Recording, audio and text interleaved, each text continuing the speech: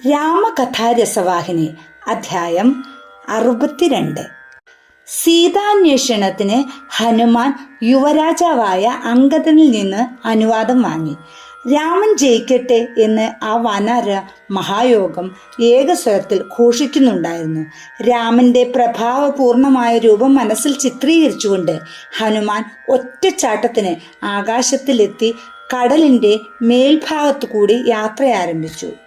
അദ്ദേഹത്തിന്റെ ചാട്ടത്തിന്റെയും പറക്കലിന്റെയും ഫലമായുണ്ടായ അതിശക്തമായ വായുപ്രവാഹം താങ്ങാനാവാതെ കുന്നുകളിലെ വൃക്ഷങ്ങൾ കടപുഴകി കാറ്റിൽ പറന്നുപോയി. അദ്ദേഹം സ്ഥിതി ചെയ്ത കൊടുമുടി അധോലോകത്തിലേക്ക് താണു പോകത്തക്കവണ്ണം അത്ര വമ്പിച്ചതായിരുന്നു ആ ചാട്ടത്തിന്റെ ഊക്ക്. ആഞ്ജനേയൻ പറന്നു പോകുന്നത് കണ്ടിട്ടുള്ള ആനന്ദം കൊണ്ട് സമുദ്രം മുഖരിതമായി. കടലിൽ ആണ്ടുകിടന്നിരുന്ന മൈനാകപർവ്വതം ജലോപരി പൊങ്ങി നിന്നു. കാരണം സ്വാമിയുടെ സേവനത്തിൽ ഏർപ്പെട്ടിട്ടുള്ള ഹനുമാനെ സേവിക്കാൻ അവനും ആഗ്രഹിച്ചു. അവൻ പറഞ്ഞു, അല്ലയോ വായുതനയാ, ഒറ്റച്ചാട്ടത്തിന് മുഴുവൻ ദൂരവും സഞ്ചരിക്കുന്നത് താങ്കൾക്ക് ശ്രമകരമായിരിക്കും. സദയം എന്റെ ശിരസ് അല്പസമയം വിശ്രമിക്കൂ. അങ്ങനെ അങ്ങ് ചെയ്യുന്ന സത്കൃത്യത്തിൽ പങ്കാളിയാവാനുള്ള ഭാഗ്യം എനിക്കും നൽകൂ. ഹനുമാൻ മൈനാകത്തെ സ്പർശിച്ചു. അതിവേഗം മുന്നോട്ടു പോയി. ഔദാര്യശാലിയായ മൈനാകത്തെ അദ്ദേഹം നന്ദിപൂർവ്വം വണങ്ങി. മൈനാകമേ, ഞാൻ രാമകാര്യാർത്ഥം പോവുകയാണ്. അത് നിറവേറ്റുന്നതുവരെ എനിക്ക് വിശ്രമത്തിൻ്റെയോ ഭക്ഷണപാനീയങ്ങളുടെ ചിന്ത പോലും ഉണ്ടാവാൻ പാടില്ല. അതുകൊണ്ട് വഴിയിൽ വിശ്രമിക്കുന്നത് എന്നെ സംബന്ധിച്ചിടത്തോളം ക്രമവിരുദ്ധമാണ്, അദ്ദേഹം പറഞ്ഞു. അല്പം ദൂരെ മുമ്പിൽ സുരസ എന്ന് പേരുള്ള ഒരു സർപ്പരാക്ഷസയും സിംഹിക എന്ന രാക്ഷസയും അദ്ദേഹത്തിന്റെ ഗതി തടഞ്ഞു. പക്ഷെ അവരെ എല്ലാം ജയിച്ച് മാരുതി ലങ്കാതീരത്തെത്തി. അവിടെ സൂര്യപ്രകാശത്തിൽ സുന്ദരങ്ങളായ അനേകം ആരാമങ്ങളും ക്രീഡാവനങ്ങളും വിനോദ കേന്ദ്രങ്ങളും വായുതനയം കണ്ടു. അവയിൽ ശ്രദ്ധയൂന്നിയ ഹനുമാൻ താൻ ഇരിക്കുന്ന സ്ഥലം ഏതാണെന്ന് മറന്നിരുന്നു.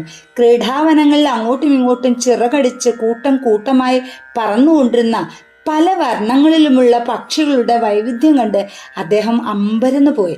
ഹനുമാൻ അടുത്തുണ്ടായിരുന്ന മനോഹരമായൊരു മൺകൂനിന്മേൽ കയറി നിന്ന് ഇങ്ങനെ ആലോചിച്ചു, ഈ വിജയം എൻ്റെ സാമർഥ്യം കൊണ്ടോ ശക്തി കൊണ്ടോ ഉണ്ടായതല്ല. ഇത് പരിപൂർണമായും രാമന്റെ മാത്രം കരുണ കൊണ്ടും അനുഗ്രഹം കൊണ്ടും സിദ്ധിച്ചതാണ്. അതുല്യവും ഗംഭീരമായ മന്ദിരങ്ങൾ, വീതിയും നീളവുമുള്ള തെരുവീതികൾ, ആകർഷകങ്ങളായ ഉദ്യാനങ്ങൾ മുതലായവ കണ്ട് ഹനുമാൻ ഏറ്റവും ആശ്ചര്യപ്പെടുകയും സംശയിക്കുകയും ചെയ്തു. ഇത് സ്വർഗത്തിന്റെ നേർ പകർപ്പാണോ എന്നുപോലും മാരുതി സംശയിച്ചു. എവിടെയൊക്കെ ദൃഷ്ടി പതിപ്പിച്ചാലും അവിടെയെല്ലാം സൈനിക രീതിയിൽ റോന്തു ചുറ്റുന്ന രാക്ഷസന്മാരെ കണ്ടു. ഇഷ്ടപ്പെട്ട ഏത് രൂപം സ്വീകരിക്കാനും കഴിവുള്ളവരെന്ന് പേരുകേട്ട രാക്ഷസ സ്ത്രീകൾ അനിയന്ത്രിതമായ രീതിയിൽ കാമാസക്തമായ വിനോദങ്ങളിൽ ഏർപ്പെട്ടിരുന്നതായും ഹനുമാൻ കണ്ടു. രാവണൻ പിടിച്ചുകൊണ്ടുവന്ന് തടവിലാക്കിയ ദേവ, നാഗ, ഗന്ധർവ, മനുഷ്യ സ്ത്രീകൾ രക്ഷപ്പെടുന്ന ദിനവും കാത്ത് അന്തഃപുരങ്ങളിൽ ദുഃഖിക്കുകയും വിലപിക്കുകയും ചെയ്യുന്നുണ്ടായിരുന്നു. വീതികളിൽ നിറഞ്ഞു കണ്ട ആൾക്കൂട്ടത്തിനിടയിൽ കൂടി തന്റെ തനി രൂപത്തിൽ സഞ്ചരിക്കുന്നത് വിവേകമായിരിക്കില്ലെന്ന് ഹനുമാൻ തോന്നി. അതുകൊണ്ട് മാരുതി അതിസൂക്ഷ്മവും അദൃശ്യവുമായ രൂപം കൈക്കൊണ്ട് നഗരത്തിലേക്ക് പ്രവേശിച്ചു. ആര് എന്തിനു വന്നാലും അപരിചിതന അന്തഃപ്രവേശം തടയുന്നതിനായി നിയുക്തയായ ലങ്കാലക്ഷ്മി എന്ന ഒരു രാക്ഷസി പ്രവേശന ദ്വാരത്തിൽ തന്നെ ഉണ്ടായിരുന്നു. ഹനുമാന്റെ അസാധാരണമായ രൂപം ഉള്ളിലേക്ക് കടക്കുന്നത് കണ്ട അവൾ അദ്ദേഹത്തെ ഭീഷണിപ്പെടുത്തുന്ന രീതിയിൽ തടഞ്ഞു നിർത്തി. ആരാണ്? എവിടുന്ന് വരുന്നു? എന്തിനു വന്നു? ഈ പ്രദേശത്ത് ഇങ്ങനെയൊരു സൃഷ്ടിയെ ഇതുവരെ കണ്ടിട്ടില്ലല്ലോ. ലങ്കയുടെ അതിർത്തിക്കപ്പുറത്തു നിന്നും നിങ്ങൾക്ക് വരാൻ വഴിയില്ല. കാരണം ലങ്ക സമുദ്രത്താൽ ചുറ്റപ്പെട്ടിരിക്കുകയാണല്ലോ. ഹാവു, ഏതെങ്കിലും മാർഗത്തിൽ നിങ്ങൾ കടൽ കടന്ന് വന്നതാണോ? എന്റെ കണ്ണു തെറ്റിച്ച് നഗരത്തിൽ കടക്കാൻ നിനക്ക് എങ്ങനെ കഴിയും? നിൽക്കവിടെ. ഹനുമാൻ അതൊന്നും ശ്രദ്ധിച്ചതേയില്ല. അദ്ദേഹം തന്റെ വാലും വലിച്ചുകൊണ്ട് അവളുടെ ഭീഷണികൾ കേട്ടിട്ടില്ലാത്ത മട്ടിൽ മുന്നോട്ട് നീങ്ങി. ലങ്കിനി കൂടുതൽ ക്രോധാവിഷ്ടയും ഭയങ്കരിയുമായി തീർന്നു. അവൾ സരോഷം അലറി, ഹേ ദുർവിധിയുള്ള വിഡ്ഢി, എന്റെ വാക്കുകളൊന്നും നിന്റെ ചെവിയിൽ വീണില്ലേ? ഹനുമാൻ അവളുടെ പ്രതിഷേധങ്ങളും ചോദ്യങ്ങളും തട്ടിമാറ്റി പ്രവേശന കവാടത്തിനടുത്തേക്ക് നടന്നു. ലങ്കിനി ഉച്ചത്തിൽ വിളിച്ചു പറഞ്ഞു, വൃത്തികെട്ട മൃഗമേ, എന്റെ കൽപ്പനകൾക്കെതിരായി പോകുന്നവരെ ഞാൻ ഭക്ഷിക്കും. ഓർത്തോളൂ, നിമിഷങ്ങൾക്കുള്ളിൽ നിന്റെ എല്ല് ഞാൻ ചവയ്ക്കുന്നുണ്ട്. കരുതിക്കോ. ആ കൊച്ചു കുരങ്ങനെ പിടിക്കാൻ അവൾ മുന്നോട്ടോടി. ലങ്കാനഗരത്തിൽ പ്രവേശിക്കാൻ ശ്രമിക്കുന്ന ഘട്ടത്തിൽ ഹനുമാൻ രൂപം വളരെ കൃശമാക്കിയിരുന്നു.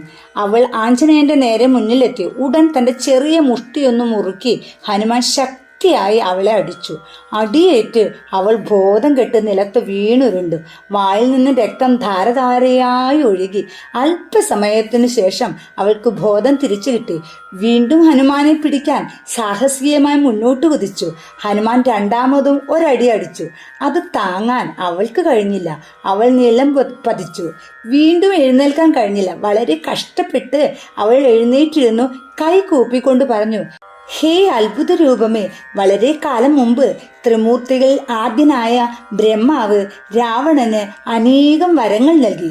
അതിനുശേഷം പെട്ടെന്ന് രാവണനെ നോക്കി ബ്രഹ്മദേവൻ പറഞ്ഞു, നിന്റെ നഗരപ്രവേശന കവാടത്തിലെ കാവൽക്കാരിക്ക് ഒരു മർക്കടന്റെ കയ്യിൽ നിന്നു മൃത്യുഹേതുകമായി ഒരു പ്രഹരം ഏൽക്കേണ്ടി വരുന്ന ദിവസം നിന്റെ അധപ്പതനം ആരംഭിക്കുമെന്ന് മനസ്സിലാക്കുക.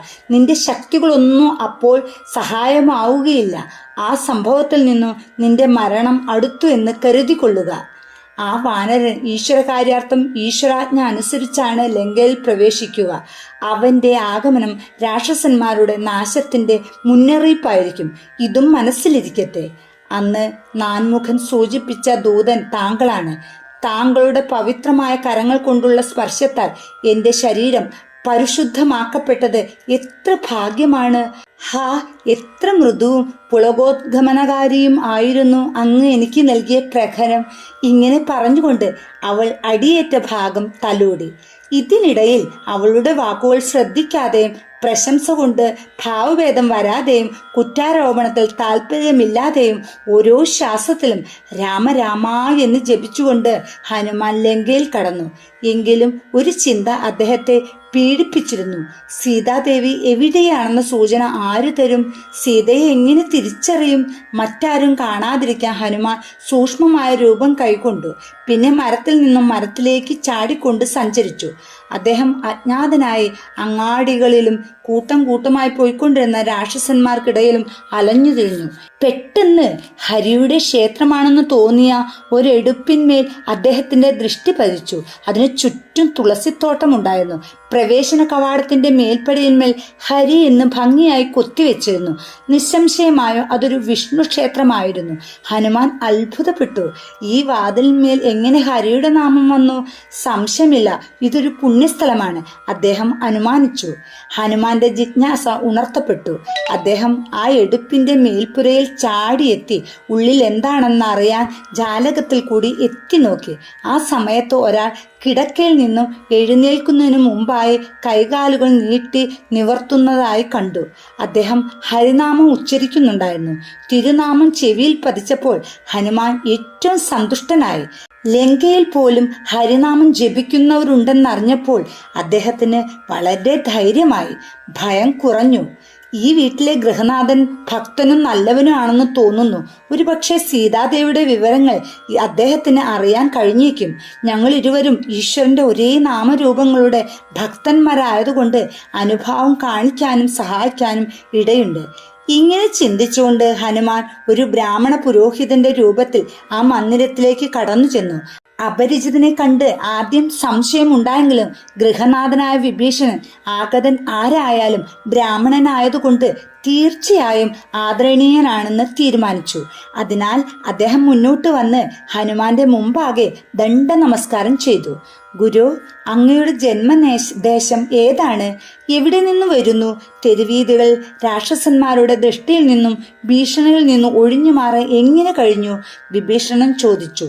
രാക്ഷസന്മാർ ഉണ്ടാക്കുന്ന കൊടും ഭീതിയെപ്പറ്റി അദ്ദേഹം അതിഥിക്ക് വിസ്തരിച്ച് പറഞ്ഞു കൊടുത്തു. ഹനുമാന്റെ ധൈര്യത്തെയും നിർഭീകരതയെയും പുകഴ്ത്തി. ഹനുമാൻ എന്നാണ് എൻ്റെ പേര്, രാമദേവന്റെ ദൂതൻ. അനന്തരം രാമന്റെ സദ്ഗുണങ്ങളെയും വൈശിഷ്ട്യങ്ങളെയും സംബന്ധിച്ച് സവിസ്തരമായി സംസാരിച്ചു. താൻ രാമനെ പറ്റി വിവരിച്ചു കൊണ്ടിരുന്നപ്പോൾ വിഭീഷണന്റെ കവിൾത്തടത്തിൽ കൂടി കണ്ണുനീരൊഴുകുന്നതായി ഹനുമാൻ കണ്ടു. ഓ, എന്തൊരു സുദിനം! എത്ര വമ്പിച്ചതാണെന്റെ ഭാഗ്യം! കിടക്കയിൽ നിന്ന് എഴുന്നേറ്റ ഉടനെ ശാന്തിയും ആനന്ദവും വിതറുന്ന പ്രഭാവപൂർണമായ വാക്കുകളാണല്ലോ എനിക്ക് കേൾക്കാൻ കഴിഞ്ഞത്. വിഭീഷണൻ സ്വയം ചിന്തിച്ചു. ഈ സംഭവങ്ങളെല്ലാം രാമന്റെ കരുണയായിട്ടാണ് ഹനുമാൻ ഗണിച്ചത്. ഭയത്തിന്റെ നാടായ ലങ്കയിൽ ഹരിയിൽ പ്രേമമുള്ള ഇത്തരം ഒരാളെങ്കിലും ഉണ്ടായതെങ്ങനെ എന്ന് ഓർത്ത് അദ്ദേഹം അത്ഭുത സ്തബ്ധനായി. ഇതിന്റെ തുടർച്ച 63-ാം അധ്യായത്തിൽ. ജയ് ശ്രീറാം.